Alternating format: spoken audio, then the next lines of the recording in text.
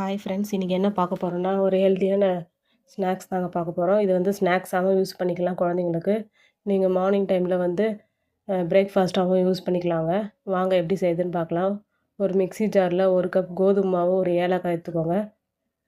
ஒரு பிஞ்ச் வந்து சால்ட்டுங்க.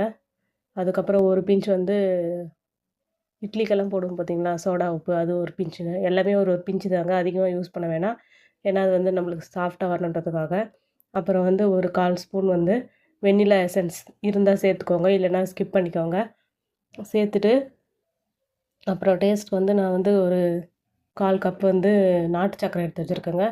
நாட்டு சர்க்கரை டேஸ்ட் பிடிக்குன்னா நீங்கள் போட்டுக்கோங்க, இல்லைன்னா ஒயிட் சுகர் வந்து ஆட் பண்ணிக்கோங்க. அதுக்கப்புறம் வந்து இந்த ரெசிபிக்கு வந்து முக்கியமான பொருள் பார்த்திங்கன்னா, ஒரு வாழைப்பழங்க. வாழைப்பழம் வந்து மஞ்சள் வாழைப்பழம் இல்லைன்னா செவ்வாழை எது வேணால் எடுத்துக்கோங்க. நான் வந்து ஒரு மஞ்சள் வாழைப்பழம் தாங்க எடுத்துட்டேன். எடுத்துட்டு அதை சின்ன சின்ன பீஸாக கட் பண்ணி போட்டுக்கோங்க. கட் பண்ணி போட்டுட்டு கொஞ்சம் கொஞ்சமாக தண்ணி விட்டு ஒரு மிக்ஸி ஜாரில் போட்டு அரைச்சிக்கோங்க. கொஞ்சம் கொஞ்சமாக தண்ணி ஆட் பண்ணி அரைச்சிக்கோங்க. ஏன்னா நிறைய தண்ணி ஊற்றிடாதீங்க. இது வந்து ஒரு தோசை மாவு பதத்துக்கு வந்து அரைச்சி எடுத்துக்கோங்க. அரைச்சி எடுத்துட்டு ஒரு 10 நிமிஷம் அப்படியே ரெஸ்ட்டில் விட்டுடலாங்க. நான் அரைச்சி எடுத்துகிட்டு வந்துடுறேங்க. அரைச்சிட்டு ஒரு 10 நிமிஷம் அப்படியே ரெஸ்ட்டில் விட்டாங்க.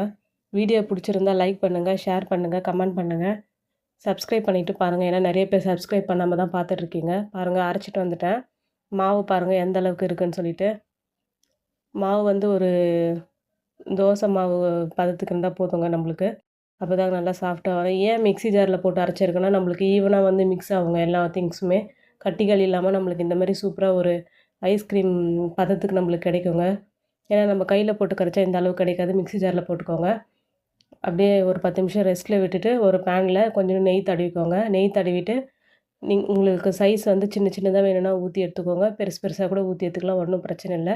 நான் வந்து சின்ன சின்னதாக போட்டு சின்ன சின்ன ரவுண்டாக போட்டு குழந்தைங்க ஒரு மாதிரி இன்ட்ரெஸ்டிங்காக இருக்கும் சாப்பிட்றதுக்கு இந்த மாதிரி ஊற்றி கொடுத்தோம்னா. அதனால் சின்ன சின்னதாக நான் சின்ன சின்ன ரவுண்டாக ஊற்றி எடுத்துட்டேங்க. நெய் தடவிக்கோங்க. நெய் இல்லைனா எண்ணெய் கூட போட்டுக்கோங்க. இது வந்து பார்த்திங்கன்னா நீங்கள் பிரேக்ஃபாஸ்ட்டாகவும் யூஸ் பண்ணிக்கலாம். ஆனால் ஈவினிங் டைமில் வந்து ஸ்கூல் விட்டு வர குழந்தைங்களுக்கு ஹெல்த்தி ஸ்நாக்ஸாகவும் நீங்கள் ரெடி பண்ணிக்கலாங்க. பாருங்கள் எவ்வளோ ஒரு சாஃப்ட்டாக வந்து நம்மளுக்கு பேன் கேக் கிடச்சிருக்கு பாருங்கள். இது வந்து 2 பக்கம் ஒரு 5 மினிட்ஸ் திருப்பி போட்டு எடுத்துக்கோங்க. திருப்பி போட்டதுக்கப்புறம் எப்படி இருக்குது பாருங்கள். நல்லா சூப்பராக இருக்குது பாருங்கள். நீங்களும் ஒரு தடவை ட்ரை பண்ணுங்கள். குழந்தைங்களுக்கு செஞ்சு கொடுங்க. செஞ்சு கொடுத்துட்டு எப்படி இருக்குன்னு சொல்லுங்கள். வீடியோ பிடிச்சிருந்தால் லைக் பண்ணுங்கள், ஷேர் பண்ணுங்கள், கமெண்ட் பண்ணுங்கள், சப்ஸ்கிரைப் பண்ணிவிட்டு பாருங்கள். ஓகே ஃப்ரெண்ட்ஸ், மீண்டும் ஒரு வீடியோவில் பார்க்கலாம். பாய்.